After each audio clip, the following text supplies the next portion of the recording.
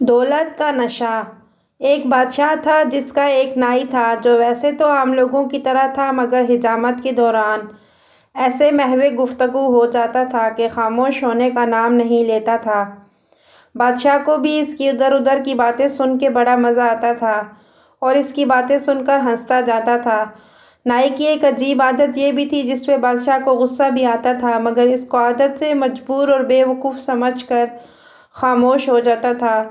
نائی کی عادت یہ تھی کہ بادشاہ کی حجامت کرتے کرتے کوئی نہ کوئی موقع نکال کر بادشاہ کو کہتا کہ بادشاہ سلامت، میرا بیٹا بھی جوان ہو گیا ہے، لاکھوں میں ایک ہے، آپ کی بھی بڑی لڑکی، اللہ اس کی عمر دراز کرے، جوان ہو گئی ہے، اگر مجھ پر نوازش کر دو، شہزادی کا رشتہ میرے بیٹے سے کر دو تو میرے بیٹے کی بھی زندگی سنور جائے گی اور آپ کی بیٹی کی بھی شادی ہو جائے گی۔ نائی کی یہ بات سن کر ایک طرف تو بادشاہ کو بہت غصہ آتا تو دوسری طرف ہنسی بھی آتی، اور کبھی کبھار جب وہ ہنسی مذاق کے خیال میں ہوتا تو ہنس کے نائی سے کہہ دیتا کہ اچھا کچھ مہلت دو تاکہ میں رانی اور شہزادی سے مشورہ تو کر لوں۔ کچھ عرصہ تو یوں ہی چلتا رہا۔ آخر کار ایک دن بادشاہ نے اپنے وزیر سے مشورہ کیا اور اس سے یہ پوچھا کہ وزیر، تم تو عقل مند ہو، اس بات کا پتہ لگاؤ کہ نائی مجھے کافی عرصے سے اتنا زیادہ تنگ کر رہا ہے۔ تو کون سی ایسی بات ہے جس کے بل بوتے پر مجھ حاکم سے وہ رشتہ مانگتا ہے؟ وزیر نے بادشاہ کی اس بات پر غور کرنے کی اجازت مانگی۔ دوسرے دن وزیر نے بادشاہ کو بتایا کہ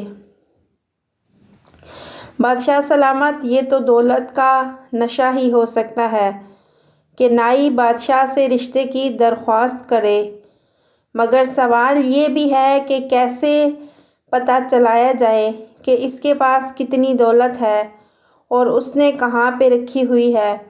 آخر وزیر نے بادشاہ سے مشورہ کر کے نائی کے گھر ڈاکہ ڈلوایا۔ ڈاکو نائی کے گھر کا سارا کچھ لے گئے۔ وزیر اور بادشاہ نے سمجھا کہ نائی اب اتنی جرأت نہیں کرے گا، مگر ایسا کچھ بھی نہیں ہوا تھا۔ دوسرے دن نائی حجامت کرتے وقت جب ہتھیلی پر بلیڈ صاف کرنے لگا تو ساتھ ہی بادشاہ سے رشتہ بھی مانگنے لگا۔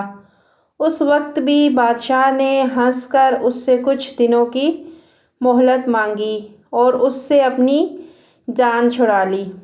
دوسری رات وزیر نے یہ کیا کہ جس فرش پر نائی کھڑے ہو کے حجامت کیا کرتا تھا اس نے اس جگہ کو کھدوایا تو معلوم ہوا کہ فرش کے نیچے خزانے کی دیگیں مٹی میں دبی ہوئی ہیں اور وہ بہت زیادہ مقدار میں ہیں۔ وزیر سمجھ گیا کہ محل کے اندر زمین میں دبا ہوا یہ خزانہ بادشاہ کے بڑوں کا رکھا ہوا تھا، اور جب نائی حجامت کرنے کے لیے آتا، اسی جگہ کھڑا ہوتا تھا تو قدرتی طور پر اس کا دماغ گھوم جاتا تھا، اور جب وہ وہاں سے چلا جاتا تھا تو پھر وہ ایک عام شخص کی طرح سیدھا سادہ شخص بن جاتا تھا۔ وزیر نے وہ سارا خزانہ وہاں سے نکال لیا اور اسی وقت اس فرش کو پہلے کی طرح پختہ بنا ڈالا۔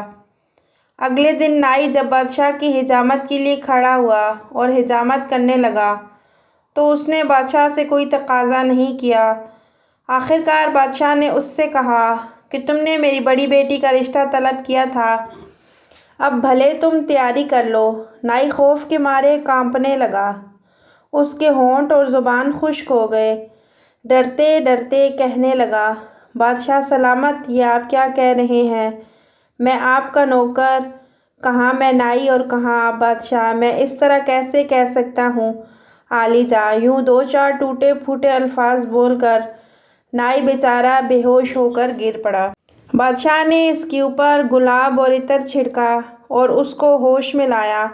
اس دن کے بعد نائی نے کبھی بھی بادشاہ سے اپنے بیٹے کی زندگی سنورنے اور شہزادی کی شادی کی بات نہیں کی۔